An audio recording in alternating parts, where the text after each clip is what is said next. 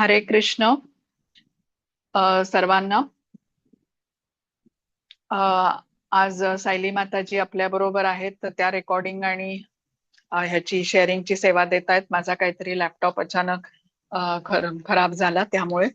तर ठीक आहे. स्वागत आहे सर्वांचं. श्री श्री राधा गोविंद इस्कॉन मँगलुरू तर्फे घेतला जाणारा लेव्हल 2 चा वर्ग आहे हा, ज्यामध्ये आपण भगवद्गीतेचा अंतिम अध्याय म्हणजे 18वा अध्याय मोक्ष संन्यास योगचं अध्ययन करतो आहोत. तर आपण मंगलाचरणने वर्गाची सुरुवात करूया. हरे कृष्ण. ओम अज्ञानतिमिरान्धस्य ज्ञानाञ्जनशलाकया चक्षुरुन्मीलितं येन तस्मै श्रीगुरवे नमः. श्रीचैतन्यमनोभीष्टं स्थापितं येन भूतले स्वयं रूप कदा मह्यं ददाति स्वपदान्तिकं. हे कृष्ण करुणा सिन्धो दीनबन्धो जगत्पते गोपेश गोपिका कान्त राधा कान्त नमोस्तुते. तप्त काञ्चन गौरांगी राधे वृन्दावनेश्वरी वृषभानुसुते देवी प्रणमामि हरिप्रिये नमः. ओम विष्णुपदाय कृष्णप्रेष्ठाय भूतले श्रीमते भक्तिवेदान्त स्वामिन् इति नामिने. नमस्ते सारस्वते देवे गौरवाणी प्रचारिणे निर्विशेष पुण्यवादी पाश्चात्य देश तारिणे. जय श्री कृष्ण चैतन्य प्रभु नित्यानंद श्री अद्वैत गदाधर श्रीवासादि गौर भक्त वृंद. हरे कृष्ण कृष्ण कृष्ण हरे हरे हरे राम राम राम हरे हरे. हरे कृष्ण सर्वांना. सर्वात प्रथम आपण इस्कॉनचे संस्थापक आचार्य कृष्ण कृपामूर्ती भक्तिवेदांत स्वामी श्रीला प्रभुपाद यांना साष्टांग प्रणाम करूया, ज्यांनी आपल्याला भगवद्गीता एवढ्या सोप्या शब्दांमध्ये समजावून सांगितली आणि त्यामुळेच हे अध्ययन आपण करू शकत आहोत. श्री श्री राधा गोविंद इस्कॉन मँगलुरूचे अध्यक्ष नामनिष्ठ दास प्रभूजी यांना सादर प्रणाम. आणि ज्यांनी आपल्यासाठी हा अभ्यासक्रम बनवला, त्यामुळे झूम द्वारा आपण हे अध्ययन करू शकलो. अन्वय माताजींना प्रणाम करते, ज्यांनी मला भगवद्गीता समजावून सांगितली, श्लोकांचा सखोल अर्थ शिकवला. माझ्या कोहोस्ट आज जान्हवी माताजी आहेत, त्यांनाही सादर प्रणाम. सायली माताजी आज रेकॉर्डिंगची आणि शेअरिंगची सेवा देत आहेत, त्यांनाही सादर प्रणाम. उपस्थित सर्व भक्तांना सादर प्रणाम आणि सर्वांचं परत एकदा स्वागत. तर आपण काल 39 श्लोक पूर्ण केले होते. सायली माताजी 31व्या स्लाइड वरती जाता का? 40व्या श्लोक आपल्याला तिथून आपल्याला सुरुवात करायची. तर आपण काय समजून घेतो आहोत, तर प्रकृतीचे हे जे 3 गुण आहेत ना, हे कसे आहेत, हे आपल्या जीवनाच्या विविध पैलूंवरती प्रभाव पाडत असतात. आणि 17व्या अध्यायापासून आपण जाणतोय याबद्दल. आणि ही 31वी, ह्याच्याही पुढे जा माताजी. 40वा श्लोक आपल्याला पाहिजे.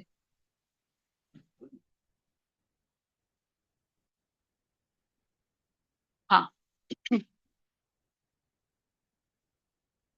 ह्याचा अनुवाद नाहीये का? Okay okay. जान्हवी माताजी, पुस्तक आहे तुमच्याकडे?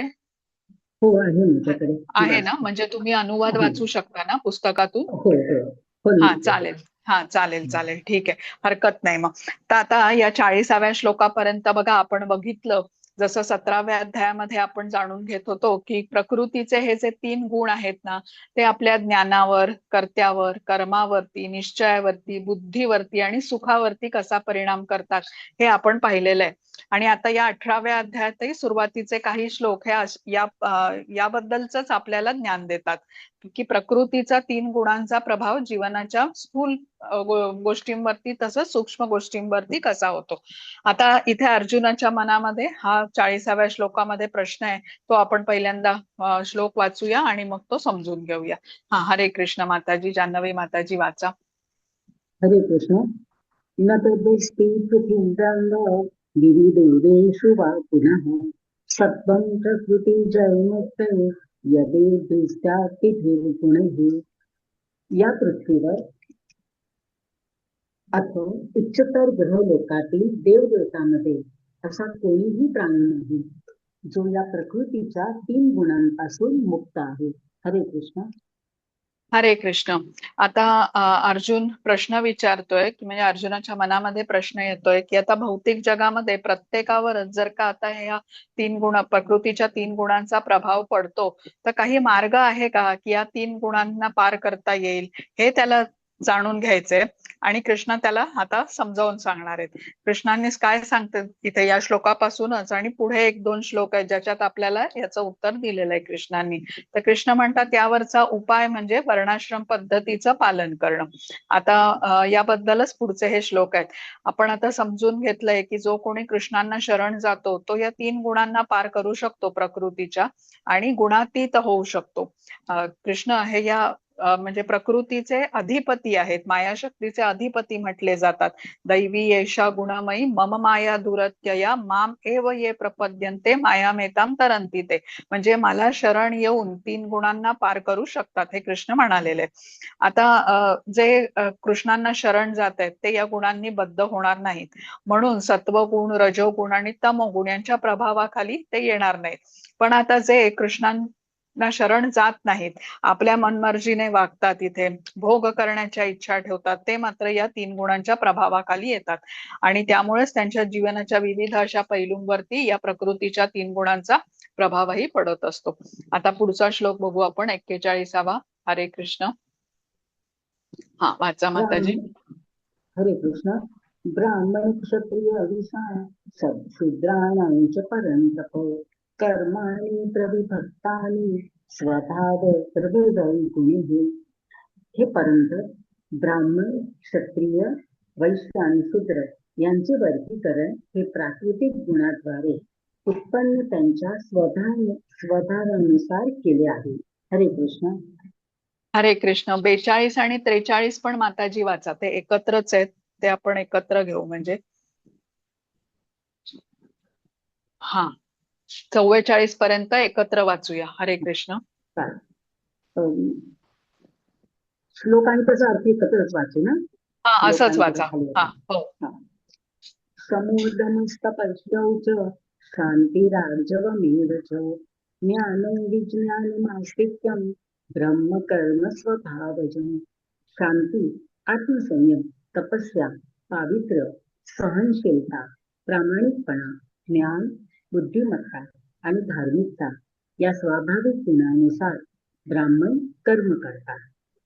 शौर्यं तेजो धृतिर्दाच युद्धे चाप्यपलायनं दानमीश्वरभावस्य शास्त्रकर्म स्वभावजन.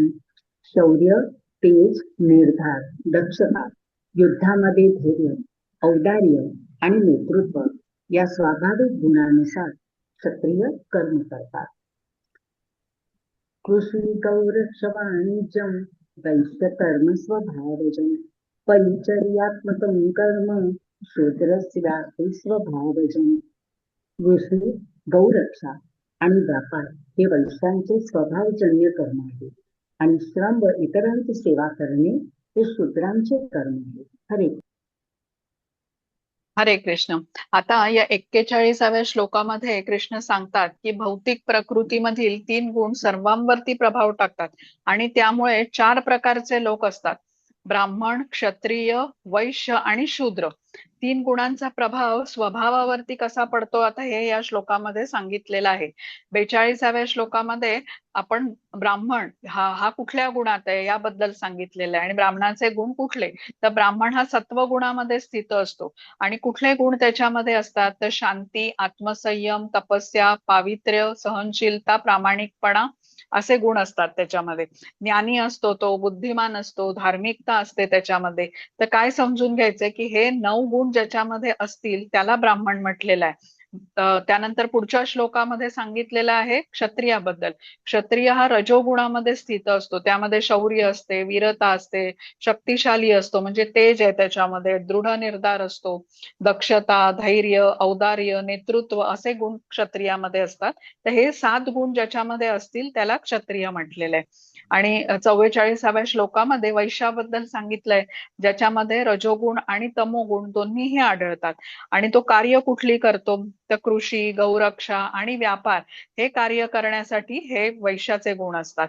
तसं शूद्र तमोगुणामध्ये स्थित असतो, आणि तिन्ही वर्ण ब्राह्मण, क्षत्रिय आणि वैश्य यांची तो सेवा करतो, परिचर्यात्मक कार्य करतो त्यांच्याकडे, म्हणजे सेवकाचं कार्य करतो. आता गुणांच्या नुसार हे 4 वर्ण आहेत. गुणानुसार मनुष्याचा स्वभाव ठरतो आणि त्यावर आधारित ही विभागणी केलेली आहे, जन्मावरती आधारित केलेली नाही. जन्मावरती म्हणजे कोणी आता ब्राह्मण कुटुंबात जन्म घेतला म्हणून तो ब्राह्मण नाही, तर त्याचे गुण हे ब्राह्मणाचे असले पाहिजे, जे आता आपण वरती उल्लेख केला ना, तसे गुण त्याच्यामध्ये असले पाहिजेत. गुणानुसार तशी कर्म पण असतात मनुष्याची. आता हे कृष्णांनी समजून सांगितलेलं आहे की कुठल्या चेतनेत, कुठल्या भावनेत, त्या स्वभावानुसार मनुष्य गुणाने कर्म करत असताना तो ज्ञानी होऊ शकतो. म्हणजे आता व्यक्ती बघा, आपल्या स्वभावानुसार एखादं कर्म अगदी उत्तम प्रकारे करू शकतो आणि दुसरं कुठलं आपल्या स्वभावाला अनुसार असं कर्म तो करत नसेल तर नियमितपणे स्वभावाच्या विपरीत तो करू शकणार नाही. पण स्वभावाने उत्पन्न जी कर्म आहेत ती करत असताना व्यक्ती आपली प्रगती, आत्मज्ञानही प्राप्त करून आपली प्रगती साध्य करून घेऊ शकतो. तर त्यासाठी हे 4 वर्णांच्या व्यक्तींच्या गुणांचं वर्णन इथे कृष्णांनी केलेलं आहे. आणि हे जे गुण आहेत ना ते स्वाभाविक आहेत. स्वाभाविक म्हणजे कसं, पूर्वजन्मातील संस्कारामुळे हे गुण उत्पन्न झालेले आहेत आणि त्याप्रमाणे कार्य करणं त्या व्यक्तीला आता सहज शक्य होतं. आता कसं असतं बघा, एकाच जन्मामध्ये कोणी म्हणजे आता रजोगुणी व्यक्ती असेल किंवा तमोगुणी व्यक्ती असेल आणि त्याने कुठल्या गुरूंचं त्याला मार्गदर्शन लाभलं, त्याने त्याप्रमाणे आचरण करायला सुरुवात केली, तर तत्काळ तो आता सत्वगुणापर्यंत प्रगती करेल असं होत नाही. ही प्रगती कशी असते, क्रमशः असते. म्हणजे जो आता व्यक्ती सत्वगुणामध्ये स्थित आहे, तर असं समजलं पाहिजे अनेक जन्म त्याने सत्वगुणाचं तो पालन त्याने केलेलं आहे, अनुशीलन केलेलं आहे, वारंवार तो ते गुण घेऊन जन्माला आलेला आहे, म्हणून तो आता या सत्वगुणाखाली स्थित आहे. तर जेव्हा तो व्यक्ती सत्वगुणात स्थित आहे तेव्हा अशा गोष्टी म्हणजे तसेच त्या गुणांच्या आधारामुळेच त्याला ती गोष्टी करण्याची शक्ती प्राप्त असते. जसं आता बघा 22व्या श्लोकामध्ये 5व्या अध्यायातला कृष्ण म्हणतात की ही संस्पर्शजा भोगा दुःख यो नव एवते, इंद्रिय तृप्ती केल्याने दुःखच प्राप्त होतं. आता हे जे भौतिकवादी जग आहे, जे रजोगुणाच्या प्रभावाखाली आहे, इथे ही गोष्ट कोणी मान्य करेल का? कोणी मान्य करत नाही. उलट सर्वत्र सिनेमा आहे, टीव्ही आहे, यावर अधिकाधिक इंद्रिय तृप्ती कशी करता येईल याचं चित्रण असतं.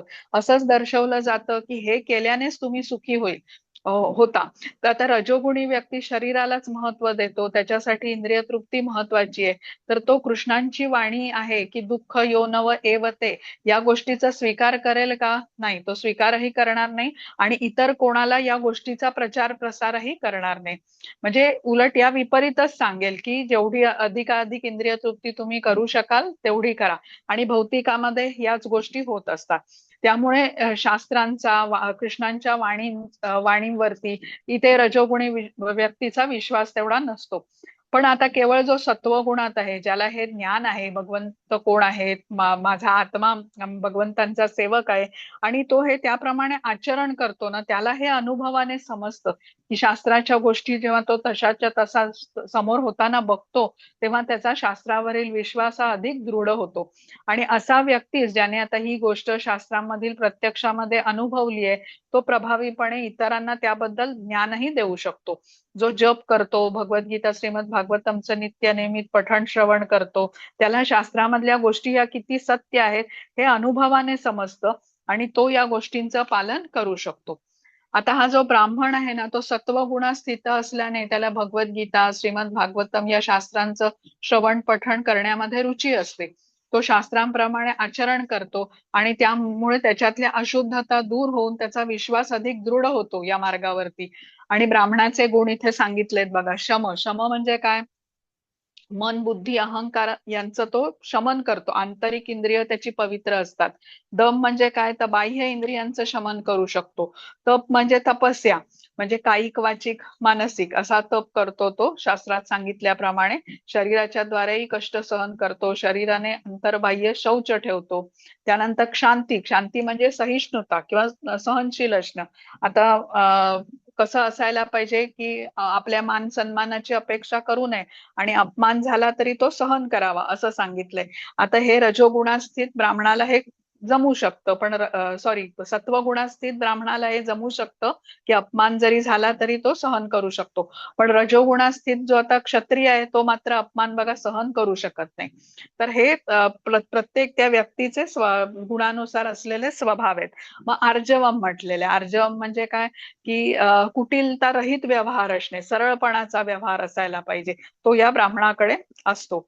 त्यानंतर ज्ञान, ज्ञान म्हणजे काय तर श्रेष्ठ काय निम्न काय हे शास्त्रांच्या नुसार हे आकलन असणं आणि ती समज असणं म्हणजे ज्ञान म्हटलेलं आहे. श्रेष्ठ जीवन कुठलं तर ते भगवंतांना जे समर्पित आहे ते, आणि निम्न जीवन कुठलं जे भगवंतांपासून विमुख आहे ते.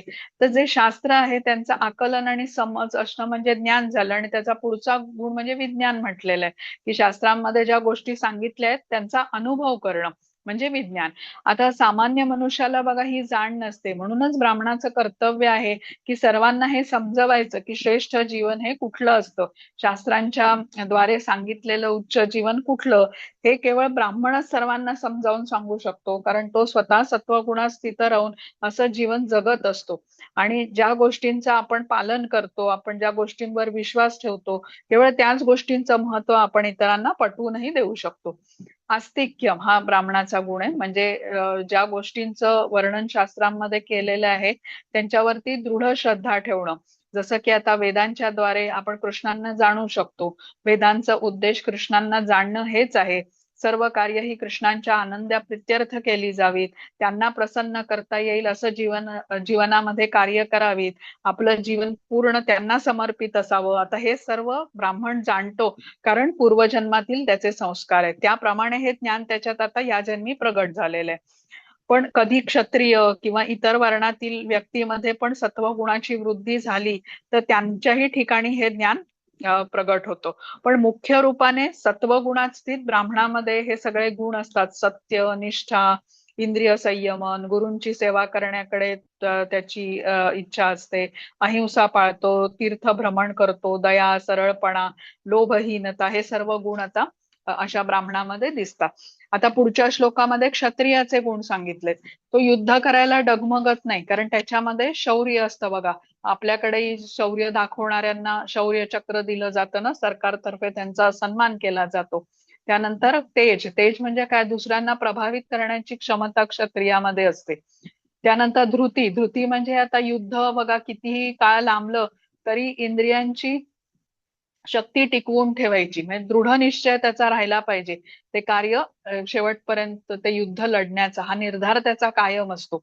मग दाक्षम, दाक्षम म्हणजे काय, दक्षता. आता तो शासन करतो क्षत्रिय तेव्हा कोणाकडून कुठलं कार्य कशा प्रकारे करून घेता येईल हे तो ठरवतो. प्रत्येकाचं निरीक्षण करतो, प्रत्येक व्यक्तीच्या गुणाचं, आणि त्याप्रमाणे कार्य त्याला वाटून देतो. तर हे दक्षतापूर्वक तो करतो, सतर्कतेने करतो. मग ब्राह्मण कसा असतो बघा, ब्राह्मणामध्ये ना स्वतःची कार्य तो अगदी जबाबदारीने करू शकतो, हे त्याचा गुण आहे. पण क्षत्रिय इतरांकडूनही ती कार्य व्यवस्थितपणे करून घेऊ शकतो, म्हणजे मॅनेजेरियल ॲबिलिटी म्हणतात ना, ती या क्षत्रियामध्ये असते. त्याच्यानंतर युद्धेच अपलायनम म्हणजे काय, आता युद्ध म्हटलं की तिथे मृत्यू संभव असतोच. तशी परिस्थिती आली तरी युद्ध सोडून जात नाही क्षत्रिय. म्हणतो ना, शत्रूला पाठ दाखवत नाही, तो गुण त्याच्यामध्ये असतो. त्यानंतर दानम म्हणजे वेळ पडली तर मागे पुढे न बघता तो दान देऊ शकतो. आणि ईश्वर भाव म्हणजे आता जे समाजामध्ये ब्राह्मण आहेत, जे वैष्णव आहेत, तर क्षत्रिय त्यांना कुठल्याही स्वरूपात त्यांचं नियंत्रण करत नाहीत, कारण हा हा जो वर्ग आहे ब्राह्मण, वैष्णव इत्यादी, हे शास्त्रांच्या नियमांचं पालन करीतच असतात. जसे पण आता या विरुद्ध कार्य करणारे, समाजाच्या विरुद्ध कार्य करणारे काही जण जे असतात, गुन्हेगार इत्यादी असतात, चोर, डाकू इत्यादींना मात्र तो व्यवस्थित त्यांना बरोबर म्हणजे शिक्षा देऊन ह्याच्यावरती आणतो, नियम पालन करायला लावतो. ब्राह्मण आहेत, लहान मुलं आहेत, स्त्रिया आहेत, वृद्ध आहेत, यांना संरक्षण देण्याचं काम तो क्षत्रिय करतो. पण जे नियम पाळत नाहीत त्यांच्यावरती आपल्या शक्तीचा प्रयोग करतो, जसं म्हटलं गुन्हेगार, चोर, डाकू इत्यादी. क्षत्रियचे हे गुण त्याला पूर्वसंस्कारामुळे प्रगट होतात. आता शासक जर का क्षत्रिय नसेल तर गुन्हेगारांना तो आळा घालू शकणार नाही, तो घाबरेल. पण हा क्षत्रियत्वाचा जो गुण आहे ना, शौर्य, तो निर्भय असतो. त्यामुळे तो गुन्हेगारांना नियंत्रणामध्ये आणू शकतो. आता राजा हा शासक असतो बघा, त्यामुळे क्षत्रियत्वाचे गुण असल्यामुळेच तो आपल्या राज्यामध्ये सुव्यवस्था कशी ठेवायची हे व्यवस्थितपणे ठरवू शकतो. आता हे सगळे जे गुण आहेत ना, हे आपण 4थ्या अध्यायामध्ये पाहिलेले आहेत. पण तरी कृष्ण इथे आता परत एकदा म्हणजे सगळं रिव्हिजन करतायत. आता हा वैश्य आहे. वैश्याला काय सांगितलंय? कृषी, गौरक्षा, वाणिज्य, रजोगुण आणि तमोगुण दोन्हीचा प्रभाव आहे. आणि स्वभावतःच त्याला म्हणजे स्वाभाविकतः त्याला व्यवसाय करण्याचं कौशल्य त्याच्यामध्ये असतं. बघा, सगळ्यांनाच हे काही जमत नाही, पण हा गुण आहे वैश्यामध्ये. आणि हा गुण असल्यामुळेच जरी आता बघा तो आध्यात्मिक कार्याशी संलग्न झाला, जसं आता भगवद्गीतेच्या वर्गाला येऊन बसला असेल, पण विचार त्याच्या डोक्यामध्ये सतत हे बिझनेसचेच असणार आहेत. आणि कृष्ण म्हणतात यात काही अयोग्य नाही. हे आता अयोग्य नाही हे असं का आहे हे आता पुढे सांगितलेलं आहे. कारण हा वैश्य त्या गुणाने प्रभावित आहे, हे समजून घ्या. शूद्र, शूद्र म्हणजे काय? परिचर्यात्मक कार्य करतो, तो सेवकाचं कार्य करतो, तसं नोकरी करतो असं म्हणूया. तर आता कसं आहे, हे त्याच्या गुणांमुळे झालेलं आहे, तमोगुणाने तो प्रभावित आहे. आता हा ब्राह्मण असेल, क्षत्रिय असेल, वैश्य असेल किंवा शूद्र असेल, हे चारही विभाग गुणांवरती आधारित आहेत. त्यांच्यामध्ये श्रेष्ठ, कनिष्ठ अशी विभागणी नाही. चारही विभाग वर्ण महत्वाचे आहेत आणि आपापली निर्धारित कर्म जेव्हा ते करतात, तेव्हा समाजामध्ये सुव्यवस्था टिकून राहू शकते. आपापली निर्धारित कर्म जेव्हा ते कृष्णांना अर्पण करतात, तेव्हा त्यांची आध्यात्मिक प्रगती घडून येऊ शकते. केवळ ब्राह्मण गुण म्हणजे सत्व गुणामध्ये आहे आणि तोच भगवंतांची प्राप्ती करू शकतो असं नाहीये. क्षत्रिय, वैश्य, शूद्र ही आपली शास्त्राप्रमाणे त्यांनी आपली कर्तव्य करत राहिले ह्या वर्णातले, तर आणि आपली सर्व कर्म कृष्णांच्या बरोबर जोडून घेत राहिले, तर त्यांची ही आध्यात्मिक प्रगती साध्य होऊ शकते. हे इथे महत्वाचं सांगितलेलं आहे कृष्णांनी. आता आपण 45वा श्लोक बघूया. हरे कृष्ण. 45 आणि 46 एकत्र वाचूया माताजी. सायली माताजी, पुढची स्लाइड घेता का? जान्हवी माताजी, वाचा तुम्ही तोपर्यंत. पुस्तकात वाचू? हा, हा, आलं पुस्तकातून आलं वाचा. आलं हा, आलं आले. आलं. हा. आणलं. हरे कृष्ण. स्वे स्वे कर्मभिरत संसिद्धि लभते नर, स्वकर्मनिरत सिद्धी यथा विंदती तच्छृणु. आपापल्या कर्माच्या गुणांचे पालन करून प्रत्येक मनुष्य सिद्धी प्राप्त करू शकतो. हे कसे शक्य होते याविषयी आता माझ्याकडून ऐक. हरे कृष्ण. हरे कृष्ण. आणि 46वा पण वाचा याच बरोबर.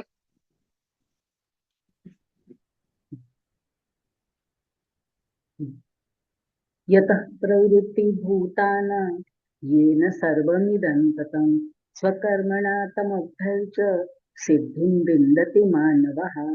सर्व जीवांचा उद्गम आणि सर्वव्यापी असणाऱ्या भगवंताची पूजा करून मनुष्य आपल्या स्वकर्माद्वारे सिद्धी प्राप्त करू शकतो. हा, हरे कृष्ण. आता बघा इथे काय सांगितलेलं आहे? स्वे स्वे कर्माणि अभिरत असं म्हटलेलं आहे. तर जो आपली स्वधर्म कर्म करत आहे, त्याने त्याचं कर्मफळ मला अर्पण केलं पाहिजे असं भगवंत म्हणतात. जसं आता कोणी शेतकरी असेल, शेतात तो त्याचं धान्य तयार झालं की तो प्रथम श्री विष्णूंना त्याने अर्पण केलं पाहिजे. आणि असं केल्याने तो कर्मबंधनातून मुक्त होईल. म्हणजे प्रत्येक जण आपापल्या विशेष कर्तव्याचं पालन करून, ती कार्य सर्व भगवंतांना अर्पण करून आपली स्वतःची कार्य म्हणजे या कार्याचं स्वरूप आता आध्यात्मिक करू शकतो. आणि कार्य भगवंतांना जोडली गेल्यामुळे आता त्याचं स्वरूप बदललं आणि त्यामुळे ती त्याच्या मुक्तीलाही कारणीभूत ठरतात. आता इथे कसं सांगितलंय बघा, की प्रत्येकाचे गुण वेगळे आहेत. म्हणजे जसं आता आर्मीमध्ये एखादा कार्य करणारा जवान असेल आणि शाळेत जाऊन शिक्षकाचं कार्य करणारा एखादा शिक्षक असेल, दोन्हीचे गुण वेगळे आहेत. जवान म्हणून त्याचं कार्य वेगळं आहे, त्याची शारीरिक क्षमता वेगळी आहे, शिक्षकाचं कार्य बौद्धिक क्षमतेचं आहे. म्हणजे एक जण दुसऱ्याचं कार्य करू शकत नाही. तेच आपल्याला इथे सांगितलेलं आहे. प्रत्येकाचे गुण वेगळे आहेत आणि आपल्या गुणांना जाणून घेऊन त्याप्रमाणे आपण कर्तव्याचं पालन केलं तर आपली आध्यात्मिक प्रगती आपण करू शकतो. म्हणजे आता आपला गुण ओळखून आपल्याला तसंच व्यवसाय निवडायचा आहे. आता असं कुठेच म्हटलेलं नाहीये कृष्णांनी की ब्राह्मण नेहमी वेद अध्ययन करतो म्हणून त्यालाच कृष्णांची प्राप्ती होईल. कृष्ण सांगतात तुम्ही स्वतःच्या स्वधर्माचं पालन केलं तर तुम्ही क्षत्रिय असाल, वैश्य असाल, शूद्र असाल, तुम्ही माझी प्राप्ती करू शकता. स्वधर्माचं पालन मात्र करावं लागेल. म्हणजे आता क्षत्रिय जर का असं म्हणाला की मी माझी सर्व कर्तव्य सोडून आता ब्राह्मणासारखं ज्ञान अर्जन करतो, वेद पठण करतो, तर ते योग्य होणार नाही. आपल्या स्वधर्मात असणारी कर्तव्य सोडून दुसऱ्या वर्णाची कर्तव्य आपल्याला म्हणजे ती आपल्यासाठी अहितकारी आहे तसं करणं. आणि स्वधर्माचं पालन हे आध्यात्मिक उन्नती घडवणार आहे. तर या श्लोकातून कृष्ण हे समजवतायत आपल्याला की जो लाभ ब्राह्मणाला वेद अध्ययन करून मिळेल तोच लाभ क्षत्रियाला युद्ध करून पण मिळेल. मग ब्राह्मण असेल, क्षत्रिय असेल, वैश्य असेल किंवा शूद्र असेल, विशिष्ट कर्तव्य त्यांना नेमून दिलेली आहेत आणि त्यांचं पालन करणं हे त्यांना महत्वाचं सांगितलेलं आहे. आता हा स्वधर्म भगवंतांनी नेमून दिलेला आहे आणि विशिष्ट गुणानुसार हा वर्णाश्रम धर्म आहे आणि प्रत्येक वर्णाची त्यासाठी कर्तव्य वेगवेगळी आहेत. तर या प्रकारे कार्य करणं म्हणजे स्वधर्माचं पालन करणं हे आध्यात्मिक उन्नतीकडे नेणार आहे. तर त्यासाठी वारंवार कृष्ण अर्जुनालाही सांगतात की तू क्षत्रिय आहेस, युद्ध करणं हे तुझं स्वधर्म कर्म आहे. ज्ञान घेणं, वेद पठण करणं हे एखाद्या ब्राह्मणाचं कार्य असू शकतं, ते तू करतोस असं म्हणतोय, पण ते तुझ्यामध्ये क्षत्रियत्वाचे गुण आहेत. तू शूर योद्धा आहेस, पराक्रमी आहेस, अनेक युद्ध यापूर्वी तू जिंकलेली आहेस आणि या गुणांनुसारच तुला हे युद्धही लढायला हवं. युद्धभूमी सोडून जाणं आणि एखाद्या ब्राह्मणासारखं कार्य करणं हे तुझ्यासाठी अशोभनीय आहे. प्रजेचं रक्षण करणं, त्यासाठी हिंसा करावी लागली तर शस्त्र उचलणं हे धर्मानुसार क्षत्रियाचं कार्य आहे. त्यामुळे तू युद्धातून परावृत्त होणं हे तुझ्यासाठी योग्य नाही, हे कृष्णांनी त्याला आधी सांगितलेलं आहे. आता आपण पुढचा श्लोक बघूया, 47वा श्लोक. हा, हरे कृष्ण माताजी.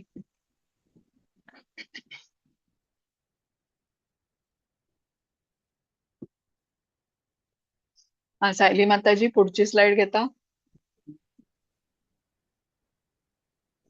हा. हरे कृष्ण. श्रेयान् स्वधर्मो विगुण परधर्मास्त्वनुष्ठितात् स्वभावनियतं कर्म कुर्वन्नाप्नोति किल्बिषम्.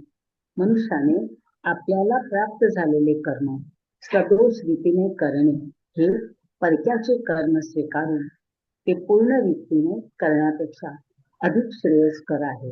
मनुष्याला त्याच्या स्वभावाला अनुसरून सांगण्यात आलेले कर्म हे कधीच पापाने प्रभावित होत नाही. हरे कृष्ण. हरे कृष्ण. म्हणजे आता क्षत्रिय, वैश्य आणि शूद्र यांच्यामध्ये सत्वगुण नसतो. सत्वगुणामध्ये केवळ ब्राह्मण स्थित आहे आणि 3 गुणांमधील श्रेष्ठ गुण हा सत्वगुण सांगितलेला आहे. म्हणून मग प्रत्येकाने ब्राह्मणासारखं सत्वगुणातील कर्म केली पाहिजेत का? तर असं नाही. आता हे ह्या श्लोकामध्येच आपल्याला सांगितले, ते आपण आता जाणून घेऊया. कृष्ण सांगतात स्वतःच्या वाटेला आलेलं कर्म म्हणजे स्वधर्म कर्म सदोष जरी असेल ना तरी ते आपल्याला केलं पाहिजे. आता इथे एक स्लाइड आहे, त्याच्यावरून आपल्याला हे सगळं समजावलेलं आहे. असं का म्हटलेलं आहे की मनुष्याने दुसऱ्याच्या कर्माचं अनुसरण करू नये? बघा, प्रत्येकाचा गुण वेगळा आहे, त्याप्रमाणे स्वभावानुसार कर्म केलं पाहिजे. आता मनुष्याला असं वाटतं की आपण दुसऱ्याचं कर्म करावं, असं का वाटतं त्याला? कारण त्याला काय वाटत असतं की मी माझं जे कर्म करतो त्याच्यामध्ये काहीतरी दोष आहे. जसं आता क्षत्रिय आहे बघा, देशाचं रक्षण करतो तो. आता ते करत असताना त्याला इतर शत्रू सेनेमधील जवानांना वरती गोळ्या चालवाव्या लागतात, कधी त्यांची हत्या करावी लागते. तर तो विचार करतो की ह्यापेक्षा ब्राह्मणाचं कार्य बरं आहे. तो वेदांचा अभ्यास करतो, ज्ञान घेतो, इतरांना ज्ञान देतो, म्हणजे कोणाची हत्या त्याला करावी लागत नाही. पण ब्राह्मण काय म्हणेल, आता मी जे कार्य करतो त्यामध्ये मला पुरेसं धन मिळत नाही. पण वैश्य कसा आहे, व्यापार करून खूप धन कमवू शकतो. आता वैश्याला विचारलं तर वैश्य कसा विचार करतो की व्यापार करताना मला असत्य बोलावं लागतं. म्हणजे असं प्रत्येक जणच म्हणेल की माझ्या कार्यामध्ये कुठला तरी दोष आहे, मग त्यापेक्षा मी दुसऱ्या मनुष्याचं कार्य करतो. तर इथे कृष्ण ही सूचना आपल्याला देतात की असं केलं तर हे आपल्यासाठी श्रेयस्कर ठरणार नाही. आता इथे ते चित्र दाखवलंय ना, त्याच्यामध्ये बघा वेगळे वेगळे प्राणी दाखवलेले आहेत आणि प्रत्येकाचा गुणवत्ता वेगळी आहे, प्रत्येक प्राण्याचं कौशल्य वेगळं आहे. आता या चित्रामध्ये या मनुष्याने 7 प्राण्यांना समोर उभं केलेलं आहे आणि त्यांच्या सर्वांच्यासाठी एकच परीक्षा ठेवली आहे. काय? तर झाडावरती जो पहिला चढेल त्याला बक्षीस मिळेल. आता इथे बघा हत्ती उभा आहे, तो काय म्हणेल की मी झाडावर चढलो तर ते झाडच खाली पडेल. त्यानंतर एक पेंग्विन दिसतोय. आता पेंग्विन राहतो कुठे? दक्षिण ध्रुवावरती असतो, तिथे झाडं पण नसतात. तो विचारतो झाड म्हणजे काय हेच मला माहिती नाही. त्यानंतर मी कधी यापूर्वी झाड बघितलेलंच नाही. मग मासा आहे तिथे, तर मासा म्हणतो की मी तर पाण्याच्या बाहेर पडलो तर मी मरून जाईन. मग माशाच्या शेजारी एक सील पण आहे. सील पण बर्फात राहणारा प्राणी आहे, त्यानेही कधी वृक्ष बघितलेला नाहीये यापूर्वी. आता त्यालाही झाडावर चढायचं कसं हे माहिती नाही. कुत्रा आहे, कुत्रा म्हणतो बघतो जमतंय का झाडावर चढायला. पण 2 प्राणी असे आहेत, एक म्हणजे कावळा आणि माकड, ते मात्र पटकन झाडावर चढू शकतील. आता कुत्र्याने प्रयत्न जरी केले तरी तो त्याच्यात यशस्वी होणार नाही. त्याचप्रमाणे जेव्हा आपण आपलं कर्म आपल्या गुणांच्या नुसार निवडतो, ते कर्म आपल्याला सहजगत्या करता येतं. जसं आता कावळा आणि माकड हे झाडावरती सहजपणे चढू शकतात. आणि त्याचप्रमाणे जेव्हा आपण आपल्या गुणानुसार कार्य करतो, ते कार्य सहज आपल्याकडून होतं. आपल्याला वेळही मिळतो आपल्या आध्यात्मिक प्रगतीसाठी. जे कर्म आपण निवडलं त्याचं फळ आपण कृष्णांना आनंदाने अर्पण करू शकतो आणि आपली आध्यात्मिक प्रगती साध्य करू शकतो. आता हा कुत्रा आहे ना, त्याने कितीही बघा प्रयत्न केले झाडावर चढायचे तरी तो सफल होणार नाही. खूप प्रयत्न केले पण यश मिळालं नाही, त्यामुळे त्याला निराशा येईल. आणि आपणही जसं आपल्या गुणाप्रमाणे व्यवसाय जर का निवडला नाही तर अशाच प्रकारे आपणही निराश होऊ शकतो. आणि मग असा मनुष्य जेव्हा अशांत मन, निराशा असते मनामध्ये, चिंता असते, व्यथा असते, तर त्यावेळेला मनुष्य मग कृष्णांचं स्मरण अशा अशांत मनाने करू शकत नाही. तर म्हणून ह्या प्रकारे इथे कृष्णांनी सांगितलं की तुमचा जो वर्ण आहे ना, तो तुमच्या गुणांवरती अवलंबून आहे. या गुणांनुसार तुमचा स्वभाव आहे आणि स्वभावानुसारच तुम्ही कर्म केलं पाहिजे. परक्याचं कर्म तुम्ही करू नका. ज्या गुणात आहात त्याचप्रमाणे कर्म करा. त्यामध्ये दोष असतील तरीही तेच कर्म करा. त्यानेच तुमची आध्यात्मिक उन्नती साध्य होऊ शकते. म्हणजे एकच परीक्षा जशी सर्वांच्यासाठी योग्य नाही, जसं आता इथे चित्रात दाखवलंय झाडावर चढणं ही एकच परीक्षा ठेवली तर सगळ्यांची गुणवत्ता त्यानुसार तपासली जाऊ शकणार नाही. कारण प्रत्येकाचे गुण हे वेगळे आहेत, प्रत्येकाची कौशल्य वेगळी आहेत. तर ज्या व्यक्तीचा जसा स्वभाव आहे, जसा गुण आहे, त्याप्रमाणे मनुष्याने ते निवड केली पाहिजे आणि ती कर्म तशा प्रकारे केली पाहिजे आणि कर्म भगवंतांच्या बरोबर जोडून घेतली पाहिजे. तेव्हाच त्याची आध्यात्मिक उन्नती साध्य होऊ शकते. आता पुढचा श्लोक बघूया, 48वा. हरे कृष्ण. हा वाचा माताजी. हरे कृष्ण. सहजन कर्म कौंतेय सदोष बपी त्यजे सर्वारंभा हि दोषेण धूमेनाग्निरिवावृतः. ज्याप्रमाणे धुराने अग्नी आवृत्त झालेला असतो त्याप्रमाणे सर्व प्रयत्न कोणत्या न कोणत्या दोषाने व्यापलेले असतात. म्हणून हे कौंतेया, मनुष्याने आपल्या स्वभावापासून उत्पन्न झालेले कर्म जरी दोषयुक्त असले तरी त्या कर्माचा त्याग करू नये. हरे कृष्ण. हरे कृष्ण. आता या श्लोकात परत सांगतात कृष्ण की प्राकृतिक गुणांच्या प्रभावामुळे आपल्या स्वभावानुसार तयार झालेलं कर्म जरी दोषयुक्त असलं तरी त्या कर्माचा त्याग करू नये. आता भौतिक जगातली सर्व कर्म ही 3 गुणांच्या प्रभावाने दूषितच असतात. जसा आता क्षत्रिय हा रजोगुणी असतो, कितीही सदाचारी असला तरी त्याला संरक्षणार्थ युद्ध हे करावेच लागतं. वैश्य आहे जो आता व्यापार करतो, त्याच्या व्यवहारामध्ये, विक्रीमध्ये त्याला आता किती फायदा झाला, किती नफा झाला हे तो उघडपणे सांगत नाही. किंवा शूद्र बघा, ज्या व्यक्तीकडे आता काम करतो सेवकाचं, त्याने त्याला काही अयोग्य गोष्ट करण्याची आज्ञा दिली तर त्याला ती मालकाची आज्ञा पाळावी लागते. तर अशा प्रकारे प्रत्येक कर्मामध्ये काहीतरी दोष हा असतोच, कारण ते कर्म त्याच्या स्वभावानुसार उत्पन्न होतं. त्यामुळे या स्वाभाविक कर्मात काही आता गोष्टी कष्टदायक जरी असल्या तरी अशा कर्माचा त्याग करू नये असं कृष्ण म्हणाले. कृष्ण म्हणतात की मनुष्याने कृष्ण भावनेचा स्वीकार करून ही नियत कर्म केली पाहिजेत. त्यामुळे कर्मातले जे काही दोष आहेत ते निघून जातील आणि कर्मफळ हे भगवंतांना अर्पण केलं पाहिजे, ज्या योगे मनुष्याची चित्तशुद्धी होईल आणि तो क्रमशः आत्मसाक्षात्काराच्या स्तरापर्यंत उन्नत होईल. म्हणजे ब्राह्मणाने त्याचं स्वधर्म कर्म करायला पाहिजे आणि ते कर्म आणि कार्याचं फळ, कर्माचं फळ हे दोन्ही भगवंतांना अर्पण केलं पाहिजे. तसंच क्षत्रिय, वैश्य, शूद्र हेही करू शकतात आणि आपली प्रत्येकाची उन्नती आत्मसाक्षात्काराच्या स्तरापर्यंत क्रमशः घडवून आणू शकतात. हे कृष्णांनी इथे सांगितलेलं आहे आता आपल्याला. आता हे जे आपण कर्माबद्दल बोलतोय ना, स्वधर्म कर्माबद्दल बोलतोय. स्वधर्म म्हणजे काय? शास्त्रानुसार सांगितलेलं नियत कर्म, त्याचं पालन करण्याचं इथे महत्व सांगितलंय. 47व्या आणि 48व्या श्लोकाचा सारांश काय? तर 3 गुणांच्या प्रभावाने प्राप्त झालेल्या प्राकृतिक स्वभावाला अनुसरून प्रत्येकाने कर्म केलं पाहिजे आणि कर्म म्हणजे यज्ञ आहे असं समजून श्री विष्णूंना अर्पण केलं पाहिजे. स्वधर्म कर्म हे भगवत सेवा म्हणून केलं पाहिजे. 3ऱ्या अध्यायामध्ये आपण हे सगळं जाणून घेतलंय. कृष्णांनी अर्जुनाला सांगितलंय की अर्जुन तू क्षत्रिय आहेस, युद्ध करणं, शत्रूला हरवणं हे तुझं स्वधर्म कर्म आहे. ते कार्य तू कर आणि कार्य मला अर्पण कर. युद्धामध्ये हिंसा होईल, मला पाप लागेल अशा विचाराने तू मागे हटू नकोस. पूर्ण शक्तीनिशी उत्साहाने युद्ध लढ आणि ते कर्म मला अर्पण कर. आणि अशा प्रकारे केल्याने तुला युद्धाचं कर्मबंधन लागणार नाही. आता पुढचा बघूया. 49. हरे कृष्ण. हा, हरे कृष्ण. अशक्ती बुद्धी सर्वत झुतावत विगत स्पृह नैष्कर्म सिद्धिं परमं संन्यासेनाधिगच्छति. जो आत्मसंयमी अनासक्त आहे आणि जो सर्व प्राकृतिक भोगांना तुच्छ लेखतो, तो संन्यासाद्वारे कर्मबंधनातून मुक्तता देणारी परमोच्च परिपूर्ण अवस्था प्राप्त करतो. हरे कृष्ण. हरे कृष्ण. आता या श्लोकात कृष्ण सांगतात की कृष्ण भावना भावित कर्म करणारा मनुष्य खरा संन्यासी असतो. कृष्ण भावना भावित मनुष्य भगवंतांना स्वामी आणि स्वतःला सेवक मानून भगवंतांच्या प्रित्यर्थ कर्म करत असतो. कर्मफळांचा उपभोग घेण्याचा अधिकार माझा नाही हे जाणतो, कारण मी सेवक आहेत आणि कृष्ण स्वामी आहेत. तर त्यामुळे कर्मफळांचा उपयोग भगवंतांनी घेतला पाहिजे, तेच भोक्ताराम आहेत हे तो पूर्णपणे जाणतो. तर अशा प्रकारे भगवंतांच्या सेवेत कार्य करताना अखंड आनंद तो प्राप्त करत असतो आणि त्यामुळे भौतिक भोगातून प्राप्त होणाऱ्या तात्पुरत्या आनंदाकडे, सुखाकडे तो उदासीन असतो. अशा प्रकारे कृष्ण भावना भावित कर्म करत राहिल्याने, संन्यासाश्रम स्वीकार न करता केवळ भगवंतांच्या सेवेत कर्म करत राहिल्याने सर्वोच्च अवस्था तो प्राप्त करू शकतो.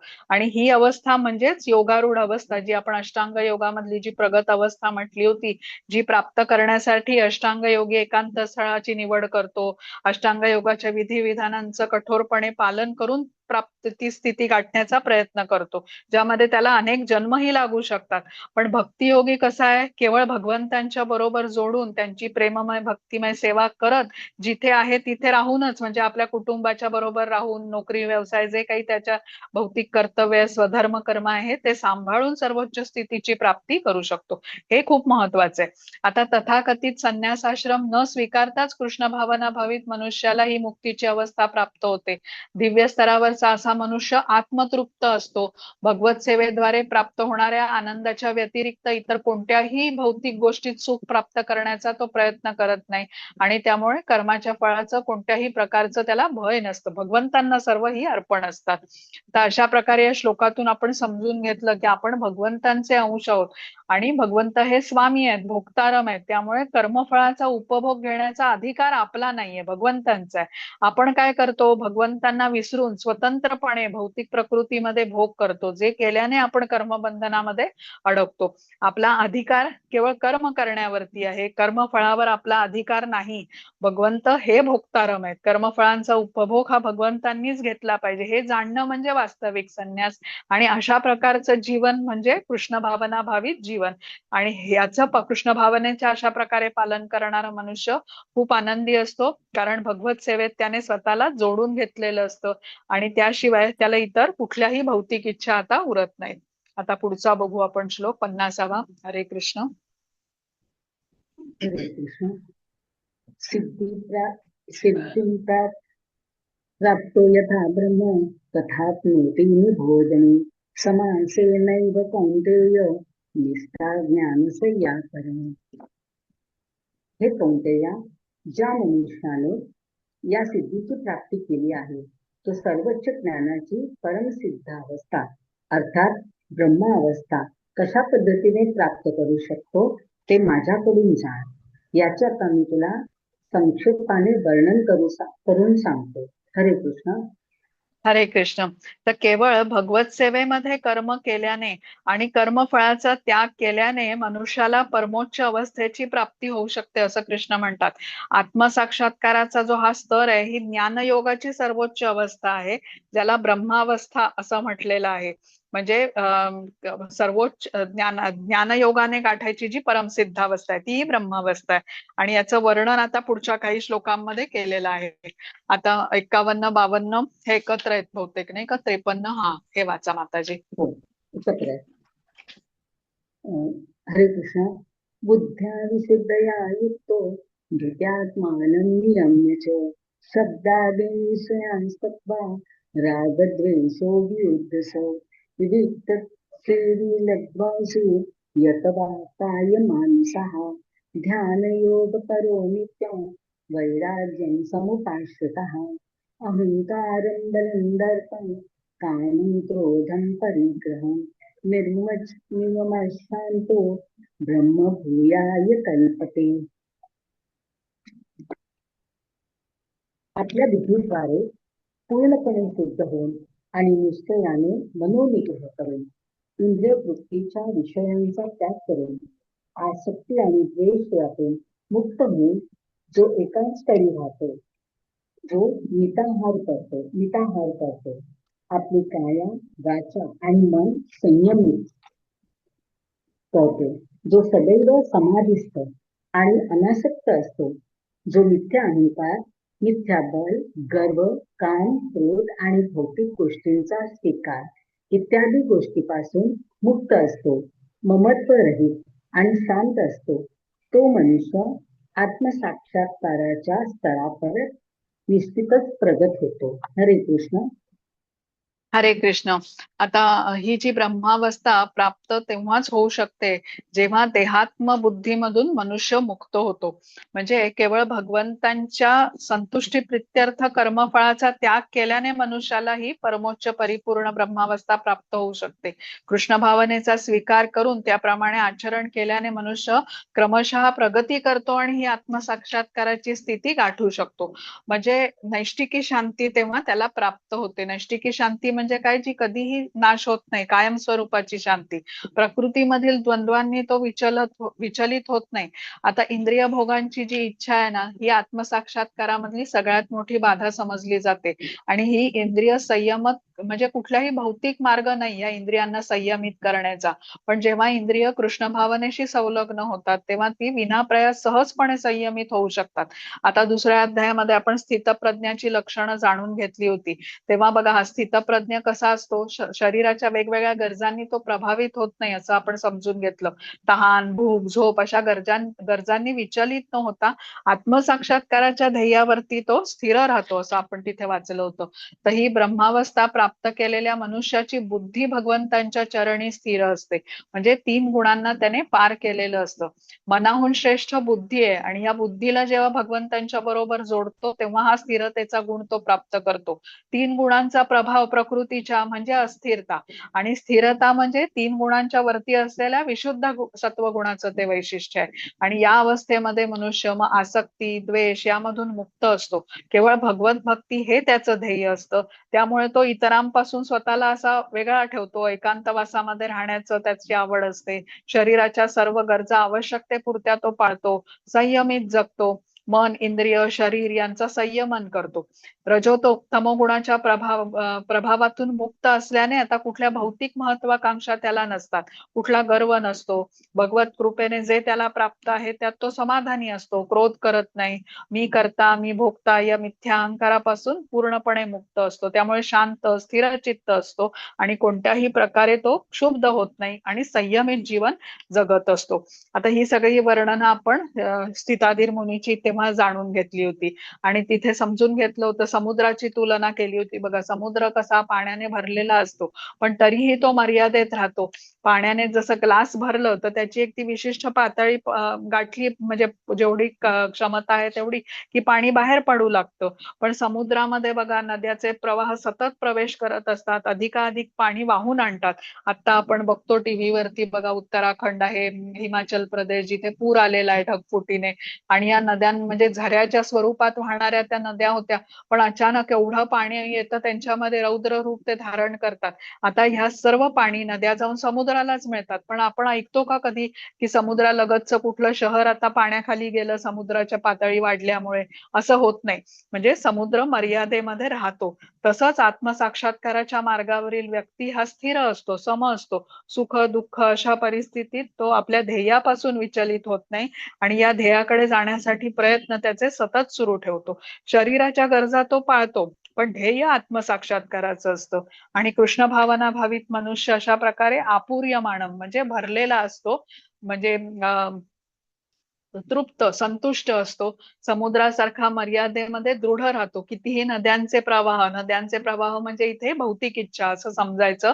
जरी मनात आल्या तरी तो शांत राहतो, आनंदी राहतो, भौतिक इच्छांनी विचलित होत नाही. त्यामुळे त्याचा संघर्ष नसतो. संघर्षमय परिस्थिती कधी असते?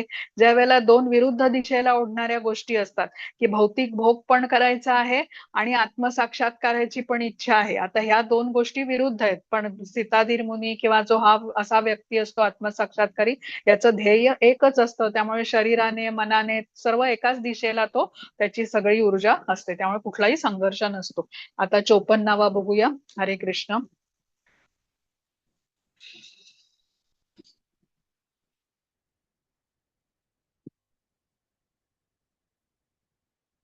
हरे कृष्ण.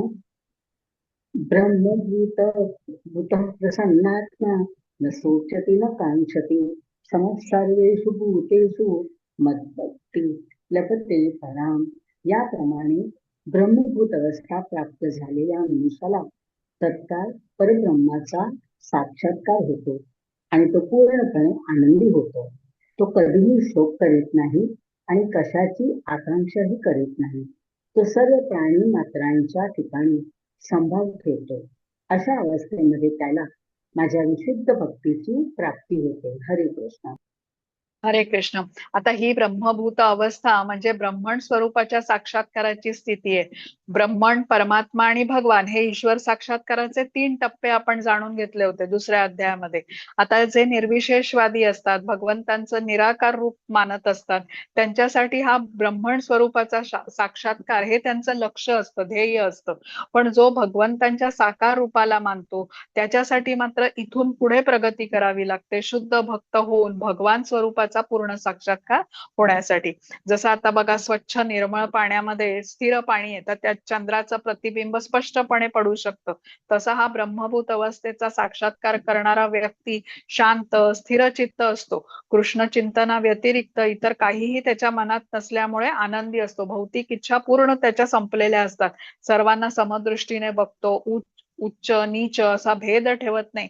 इंद्रिय पूर्णपणे संयमित असतात. त्यामुळे विषय उपभोगांची इच्छा त्याला नसते आणि सर्वांकडे दृष्टी सम असते. जो समानतेचा भाव आहे ना, सर्वांमध्ये भगवंतांची उपस्थिती तो पाहू शकतो. जसं आता इथे चित्रामध्ये दाखवलंय बघा, वेगवेगळे जीव दाखवलेत, पण सगळ्यांमध्ये उपस्थित भगवंतांना तो पाहू शकतो.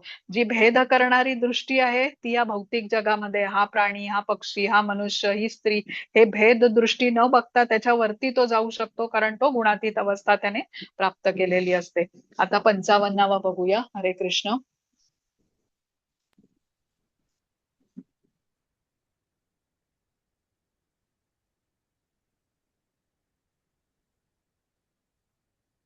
हा सायली माताजी, पुढची स्लाइड घेता.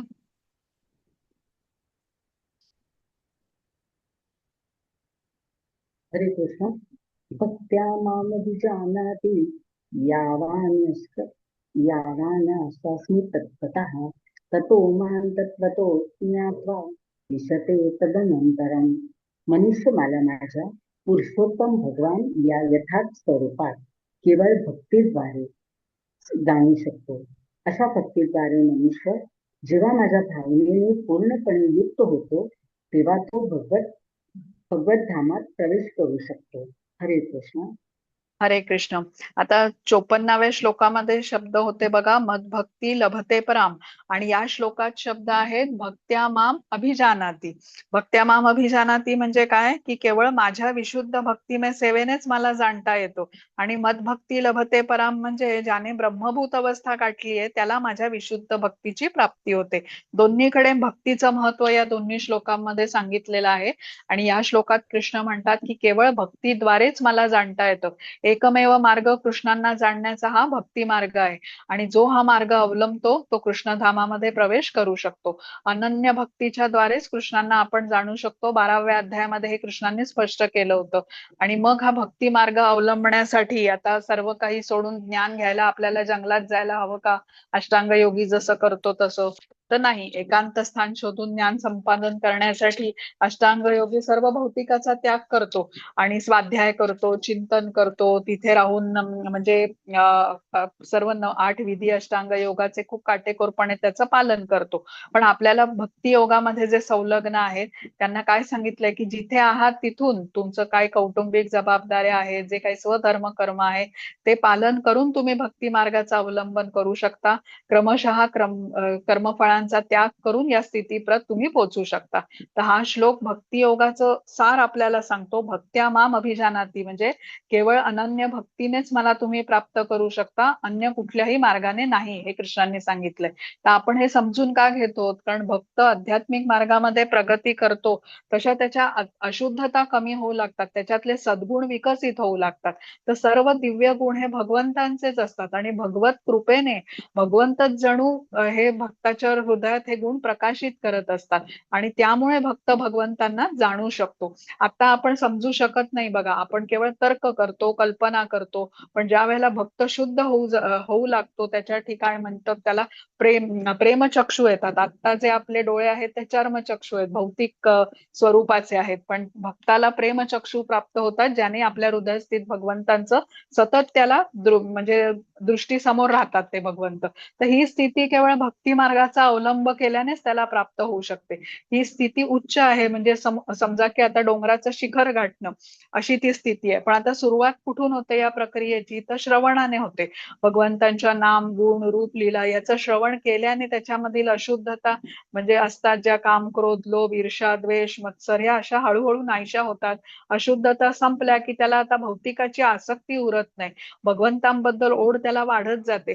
जराही भौतिक विषयांचं आकर्षण उरत नाही. केवळ भगवंतांच्या बद्दलची रुची मात्र तीव्र होत जाते. आणि तो भक्तीची सर्वोच्च पातळी म्हणजे प्रेमभक्तीचा स्तर मग गाठतो. आणि या स्तरावरती तो आता प्रकृतीच्या 3 गुणातून मुक्त झाल्याने विशुद्ध सत्व गुणामध्ये स्थित असतो. ही झाली भक्तियुक्त मुक्ती त्याची. तर या स्थितीला भक्ताला त्याची मूळ स्वरूप स्थिती समजते की मी भगवंतांचा अंश आहे, त्यांची सेवा करणं हे माझं कर्तव्य आहे. यालाच मुक्तावस्था किंवा मुक्ती म्हटलेली आहे. आणि या उलट जी अवस्था आहे ती म्हणजे बद्धावस्था, जिथे आपण उलटा विचार करतो. कृष्णांचं स्मरण न ठेवता आपल्या इंद्रिय तृप्तीचा आपला विचार असतो. आणि या बद्धावस्थेमधून मुक्तावस्थेत म्हणजे डोंगराच्या पायथ्यापासून शिखर गाठण्यासाठीचा हा मार्ग आहे, तो म्हणजे भक्तियोग आहे. आणि या मार्गावरचे मार्गदर्शक म्हणजे आपले प्रमाणित आध्यात्मिक गुरु असतात. मार्गावरील वाटचालीला सहायता करण्यासाठी आपल्याला साधना करायला ते सांगतात, शास्त्रांचा आधार घेतो. आणि हे शक्य होण्यासाठी माध्यम म्हणजे आपलं मनुष्य देह असतो. तर त्यासाठी संत महात्मे बघा सदैव आपल्याला मनुष्य देहाचं महत्व पटवून देत असतात की हा दुर्लभ म्हटलेला आहे, या देहाने तुम्ही हे साध्य करू शकता, आत्मसाक्षात्काराची स्थिती. आता 56 बघूया. हरे कृष्ण. हरे कृष्ण. सर्वकर्माण्यपि सदा कुर्वाणो मद्भक्ताश्रयः मत्प्रसादात् वाप्नोति शाश्वतं पदमव्ययम्. माझा शुद्ध भक्त जरी सर्व प्रकारची कर्मे करीत असला तरी माझ्या आश्रयाखाली माझ्या कृपेने त्याला शाश्वत आणि अविनाशी धामाची प्राप्ती होते. हरे कृष्ण. हरे कृष्ण. आता या श्लोकात कृष्ण सांगतात की कृष्ण भावनेमध्ये केलेली कार्य ही भक्ताला भगवत धामाकडे घेऊन जातात. पण आपण हे समजून घेतलं की भौतिक ऐश्वर ही आपल्याला प्रारब्धाने प्राप्त होतात. धनसंपत्ती, शिक्षण, सौंदर्य, आपलं जे काही सामर्थ्य असतं, प्रसिद्धी इत्यादी, म्हणजे ही सगळी भौतिक ऐश्वर आहेत. ही आपल्याला प्रारब्धाने मिळतात. त्यासाठी विशेष कष्ट आपल्याला घ्यावे लागत नाहीत. म्हणजे जी आपण कर्म जशी केली असतील पूर्वजन्मी, त्याचं फळ आपण हे प्राप्त करत असतो. आता जशी बघा, दुःख न मागता आपल्या वाट्याला येतात, तशी सुख जी भगवंतांनी आपल्यासाठी ठेवली आहेत ती आपल्याला मिळणारच. पूर्वजन्म कृतम अर्जितम पुण्यम अग्रे धावती धावती असं म्हटलेलं आहे. त्यामुळे ही सुख आपल्या दुःख आपल्याला प्राप्त होत असतात. पण भगवंतांची भक्ती करायची असेल तर त्यासाठी मात्र प्रयत्न करावे लागतात. म्हणजे कृष्णांनी सांगितलेला जो मार्ग आहे त्यासाठी म्हणजे आपल्याला गुरूंच्या बरोबर जोडून घ्यावं लागतं, शास्त्रांचं पालन करावं लागतं, साधना करावी लागते आणि कुठलंही कर्तव्य न सोडता जिथे आहोत तिथूनच आपण कृष्णांच्या बरोबर जोडून घेण्याचा हा मार्ग आपल्याला म्हणजे कृष्ण भक्तीचा मार्ग आपल्याला गुरु सांगतात. आणि आपल्या प्रामाणिक प्रयत्नांवरती प्रसन्न होऊन कृष्ण आपल्याला भगवत धामात जाण्याचा रस्ता गुरूंच्या मार्फत दाखवत असतात. तर अशा प्रकारे जो कृष्ण भावनेमध्ये प्रामाणिकपणे कार्य करत असतो, गुरूंच्या मार्गदर्शनाखाली कृष्ण भावनेच्या कार्यात संलग्न राहतो, त्याचा भगवत धामामध्ये प्रवेश निश्चित असतो. आणि भक्तासाठी त्याचा असं म्हटलंय ना, पुढचा प्रत्येक जन्म हा आधीच्या जन्मापेक्षा श्रेष्ठ म्हटला गेला आहे. जसा कारण असा जो अशुद्ध भक्त असतो बघा, त्याचं मार्गक्रमण भगवंत निश्चित करत असतात. भगवंत त्याच्याविषयी सर्व काळजी घेतात. काही संकट आली तरी त्याला म्हणजे भगवत धामाची प्राप्ती निश्चितपणे होते. कारण त्याने एकनिष्ठपणे भगवंतांना सर्व काही समर्पित केलेलं असतं. मद व्यपाश्रय म्हणजे काय, भगवंतांच्या आश्रयाखाली असा भक्त असतो. आणि म्हणजे असा अनन्य भक्त भगवंतांना विशेष प्रिय असतो. अशा भक्ताला निश्चितपणे भगवंत भगवत धामामध्ये घेऊन येतात. आता 57वा बघूया. हरे कृष्ण. हा. चेतसा सर्व हरे कृष्ण. चेतसा सर्व कर्माणि मयि संन्यस्य मत्परः बुद्धियोगमुपाश्रित्य मच्चितस्थितः भव.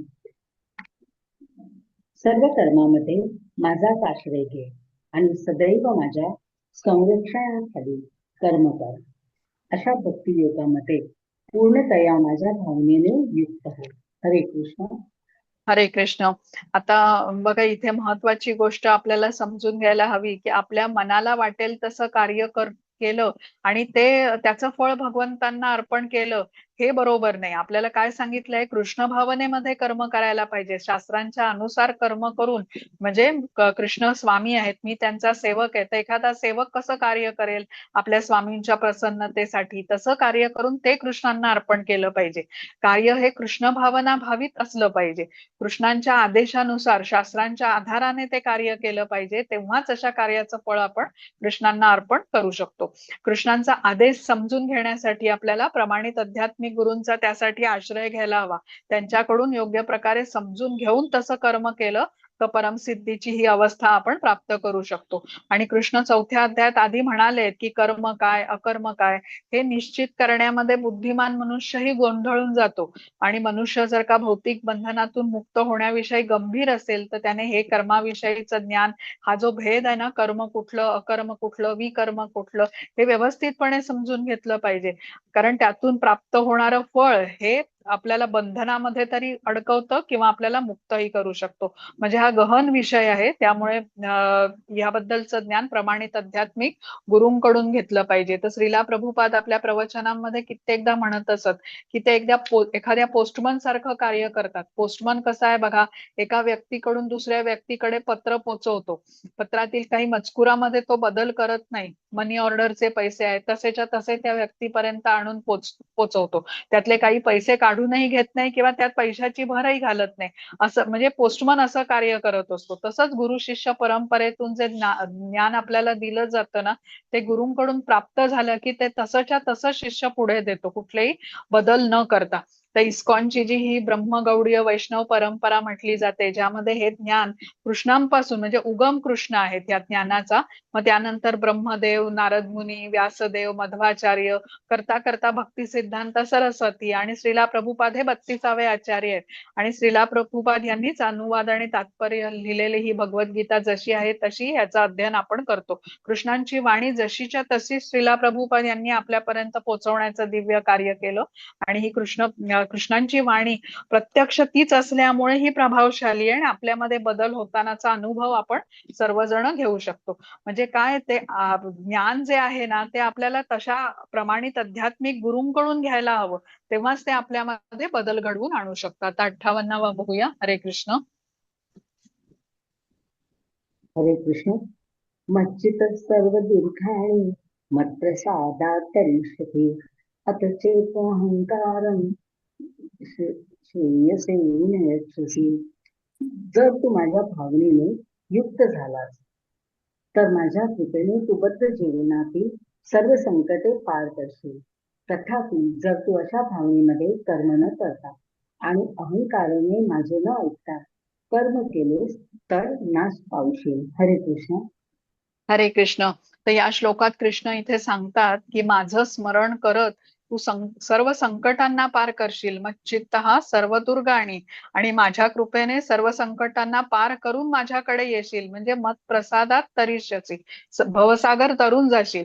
म्हणजे माझ्या उपदेशांचं मात्र जो पालन करणार नाही तो भौतिक जगामध्ये भोग करीत राहील आणि अधिकच बंधनामध्ये अडकून जाईल आणि त्याचा नाशच संभवेल. म्हणजे विनंक्षसी असा शब्द आलेला आहे बघा.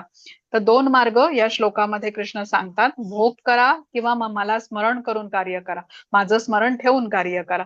तर कृष्ण म्हणतात आता जे भोग करीत राहाल तर मग बंधनामध्ये अडकत जाल. आपण 15व्या अध्यायामध्ये जो अश्वत्थ वृक्षाचं वर्णन ऐकलं होतं, ज्यामध्ये जीव एका फांदीवरून दुसऱ्या फांदीवरती असाच अडकून राहतो आणि या अंतच नाहीये या वृक्षाला, या वृक्षामधून सुटकेचा मार्गच नाही. पण जेव्हा आपण कृष्णांच्या आनंदासाठी कर्म करतो तर आपली ही शुद्धी होते, भौतिकाच्या आसक्तीला त्यागून आपण ऊर्ध्व प्रगती कृष्णांकडे जाण्यासाठी करू शकतो.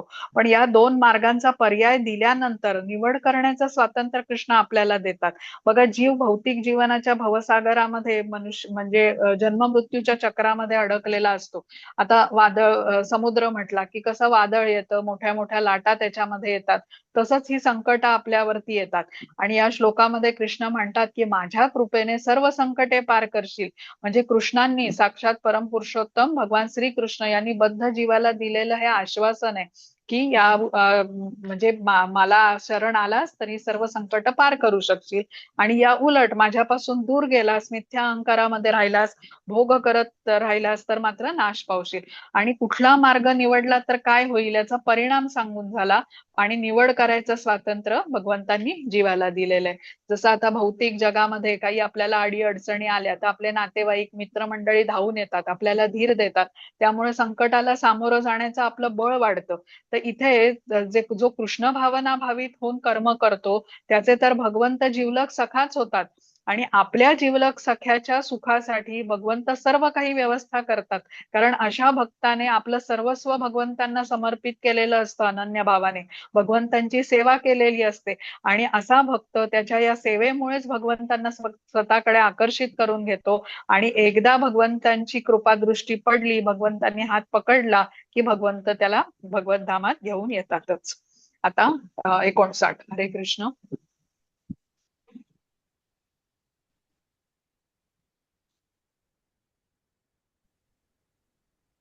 हा, पुढची स्लाइड घ्या माताजी. सैलू. हा. हरे कृष्ण. यदहंकारमाश्रित्य न योत्सयति मन्यसे नित्येष व्यवसायस्ते प्रकृतिस्तां नियोक्षति. जर तू माझ्या निर्देशानुसार कर्म केले नाहीस व युद्ध केले नाहीस तर तू मार्गभ्रष्ट होशील. तुझा स्वभावच तुला युद्धात भाग घेण्यास प्रवृत्त करेल. हरे कृष्ण. हरे कृष्ण. तर इथे कृष्ण अर्जुनाला सांगतात की वर्णाश्रमाप्रमाणे तुझ्या क्षत्रिय धर्माचं तू पालन कर, माझ्या आदेशानुसार युद्ध कर, जे तुझ्यासाठी सर्वतोपरी हिताचं ठरेल. पण भगवंतांच्या आदेशाचं पालन न करता स्वतःच्या मनमर्जीने वागलास, मिथ्या अहंकाराच्या प्रभावामुळे स्वतःला करता मानून म्हणजे माझ्या हातून अनेकांची हत्या होईल असा विचार केलास, तर मात्र म्हणजे कर्मांचा करता स्वतःला मानलंस तर मात्र मार्गभ्रष्ट होशील. तर इथे लक्षात ठेवायला हवं की निसंशयपणे आपल्याला भगवंतांच्या आज्ञेचं पालन करायला हवं. त्यांनी दाखवलेल्या मार्गावरच चालत राहिल्याने आपण या मायेचं जे म्हणतो आपण ना, मायेचा ट्रॅप आहे किंवा काय बंधन आहे, त्याला आपण पार करू शकतो. भगवंतांची वाणी प्रमाण मानून त्याप्रमाणे आचरण करणारा या भौतिक भवसागराला पार करू शकतो. आपण आता ह्याच्या मनुष्याने भगवंतांच्या वचनावरती विश्वास ठेवला तरच तो कृष्ण भावना भावित कर्म करेल. भगवंतांचं म्हणणं जो मान्य करतो त्याचा सखा भगवंत होतात असं म्हटलेलं आहे. भक्त जसं भगवंतांच्या सेवेमध्ये दिवस रात्र संलग्न होतो, अशा भक्ताचं योगक्षेम भगवंत वाहतात. म्हणजे भक्त आपल्या भक्तिमय सेवेद्वारे भगवंतांना अशा प्रकारे प्रसन्न करतो आणि अशा भक्ताचे भगवंत पूर्णपणे अधीन होतात. जसा आता अर्जुन आणि भगवंत हा कसा स्नेह संबंध आहे की अनंत कोटी ब्रह्मांडाचे स्वामी आहेत भगवंत, पण अर्जुनाच्या रथाचे ते चालक झालेले आहेत. तर हा संबंध आपल्याला जोडायचा, अशा प्रकारे भगवंतांची सेवा केली पाहिजे की भगवंतांचीच दृष्टी आपल्यावरती पडेल आणि ते आपल्याकडे आकर्षित होतील अशा भक्ताकडे यायला. तर आता 60वा बघूया. हरे कृष्ण. हरे कृष्ण. स्वभावजेन कौन्तेय निबद्धस्वेन कर्मणा कर्तुमिच्छसि यन्मोहात् करिष्यसि वशोऽपितात्. मोहवश होऊन माझ्या आज्ञेनुसार कर्म करण्याचे आता तू नाकारायत नाहीस, परंतु हे कौंतेया, तुझ्या स्वभावजन्य कर्मामुळे तू तेच कार्य करशील. हरे कृष्ण. हरे कृष्ण. आता माझ्या आदेशाचं पालन केलं नाहीस, भगवंत म्हणतात, तर मायाशक्तीच्या प्रभावाखाली जाशील. मायाशक्तीचा प्रभाव हा 3 गुणांचं बंधन. म्हणजे आता त्यांच्या प्रभावाखाली कार्य करायला तुला भाग पडेल. हे 3 गुण कसे आहेत? बद्ध करतात. निबद्ध स्वेन कर्मणा. प्रकृतीच्या 3 गुणांच्या वर्चस्वाखाली केलेल्या कार्याचा परिणाम काय होतो हे आपण 14व्या अध्यायामध्ये शिकून घेतलो. सत्वगुणाने प्रभावित व्यक्ती काय करतो? ऊर्ध्व अशा उच्च लोकांची प्राप्ती करतो मृत्यूनंतर, आणि तमोगुणामध्ये प्राप्त असलेला नरकवासाला जातो, आणि जो रजोगुणी असतो तो पृथ्वीवरती वारंवार जन्म घेतो. तर भौतिक जगात हा मायाशक्तीचा प्रभाव आहे. बद्ध जीवाला ती बद्ध कर म्हणजे गुरफटून टाकते. त्याला त्याच्या स्वरूपाचं विस्मरण होतं. कृष्ण स्वामी आहेत, मी त्यांचा सेवक आहे, या विस्मृतीमुळे भौतिक जगामध्ये इंद्रिय तृप्ती करण्यात तो लिप्त होतो आणि परिणामी कृष्णांच्या पासून अधिकच दूर जातो. पण या गोष्टीची स्मृती जेव्हा जागृत होते तेव्हा तो कृष्ण भावना भावित कार्य करतो आणि कृष्णांबद्दलचं प्रेम आता पुनर्जागृत करू शकतो, जी संधी केवळ त्याला मनुष्य जन्मामध्ये प्राप्त होते. आता आपण समजू शकतो की मनुष्य देह हा मानवी जन्म अत्यंत दुर्लभ म्हटलेला आहे. भगवंतांची प्राप्ती करून घेण्याचं एकमेव साधन आहे. अनेक जन्मांची पुण्य एकत्रित होऊन हा देह आपल्याला प्राप्त झालेला असतो. म्हणून त्याचा उपयोग केवळ भौतिक सुखासाठी न करता भगवत भक्तीसाठी केला जावा, असा संदेश सर्व संत महात्मे देतात. मनुष्य जन्म हा दुर्लभ म्हटला गेलेला आहे. किती विविध योनींमधून आपण भ्रमण करत त्यानंतर हा मनुष्य जन्म आपल्याला मिळालेला असतो, म्हणून दुर्लभ म्हटलेला आहे. आणि हा जन्म प्राप्त करण्याची, मनुष्य देह प्राप्त करण्याची इच्छा देवदेवता सुद्धा करतात, कारण या जन्माने भगवत भक्ती प्राप्त करून घेण्याची संधी आपल्याला उपलब्ध असते भगवंतांची सेवा करून. तर मनुष्याला त्यासाठीच विशेष बुद्धी देण्यात आलेली आहे, विवेक देण्यात आलेला आहे, ज्याद्वारे हितकारी कार्य कुठलं, अहितकारी कुठलं हे त्या समजू शकतो, जे इतर प्राणी समजू शकत नाही. आणि या विशेष बुद्धीमुळेच मनुष्य देहाचा उपयोग त्याला जन्म मृत्यूच्या चक्रातून मुक्त होण्यासाठी करू शकतो. आणि या भौतिक जगाच्या भवबंधनातून मुक्त होण्यासाठी म्हणजे आपण जीवित असेपर्यंत भगवंतांची भक्ती करू शकतो, यामध्येच या देहाचं सार्थक आहे. आता काही काळासाठीच हे शरीर आपल्याला मिळालेलं असते, काही यंत्रासारखं आहे बघा हे शरीर. आणि जसं गाडी आपण म्हणतो ना, एक यंत्र आहे आणि ते चालवणारा कोण आहे? ड्रायव्हर आहे. मग गाडीने आता हा ड्रायव्हर, विचार करा, आता पुण्यावरून मुंबईला निघाला तर तो एकच तो हायवे पकडेल. मग मधूनच त्याला दुसऱ्या हायवेला लागला, परत इकडे आला, असं जर का तो करायला लागला तर त्याची योग्य दिशेने गाडी जाणार नाही आणि कितीतरी वेळ लागेल. पण जेव्हा त्याचं ध्येय निश्चित आहे की मला मुंबईला पोहोचायचंय, तर तो एकच तो हायवे पकडेल आणि त्या ह्याने वेगामध्ये गाडी आपली नेईल. तसंच भगवत प्राप्ती किंवा भगवत धामाची प्राप्ती हे जेव्हा ध्येय असेल, तेव्हा मनुष्याने कायिक, वाचिक, मानसिक भगवंतांची सेवा करून ते एक ध्येय धरून त्या दृष्टीने प्रगती केली पाहिजे. आता मन कसं असतं बघा, मनामध्येच ह्या सर्व इच्छा असतात ना, आणि भौतिक सुख प्राप्त करण्याच्या इच्छेने मन बाह्य इंद्रियांशी जोडलं जातं आणि मायेने बद्ध होतो मनुष्य. पण भगवत प्राप्तीचं ध्येय प्राप्त म्हणजे त्याला होऊ शकत नाही त्यामुळे, म्हणजे तो आपला मार्ग सोडून इकडे तिकडे जातो. तर व्यक्तीला या जीवनात आनंद प्राप्त होत नाही. मग अशा प्रकारे दुःखच प्राप्त होतं बद्ध जीव झाल्यामुळे. पण तेच कर्म आता जेव्हा त्याचं मन स्थिर होतं, कारण बुद्धी स्थिर झाली भगवंतांच्या चरणांशी, त्याने ज्ञान घेतलं, गुरूंची प्राप्ती झाली, तेव्हा हे ध्येय त्याचं निश्चित होतं. आणि बुद्धी स्थिर झाली ना ध्येयावरती, की मग ती मनाला आवर घालू शकते. इंद्रिय ही भगवंतांच्या सेवेत लागतात. तर त्यामुळे पूर्ण ताकद शक्तीने, म्हणतात तसं, एका ध्येयाच्या दिशेने जेव्हा मनुष्य वाटचाल करतो, तर त्यावेळेला तो खूप वेगाने, आत्मविश्वासाने भगवत धाम गाठू शकतो. तर आता इथे आपण थांबूया आज. सायली माताजी, रेकॉर्डिंग थांबवता का तुम्ही? आणि उर्वरित आपण 61व्या श्लोकापासून उद्या सुरुवात करूया.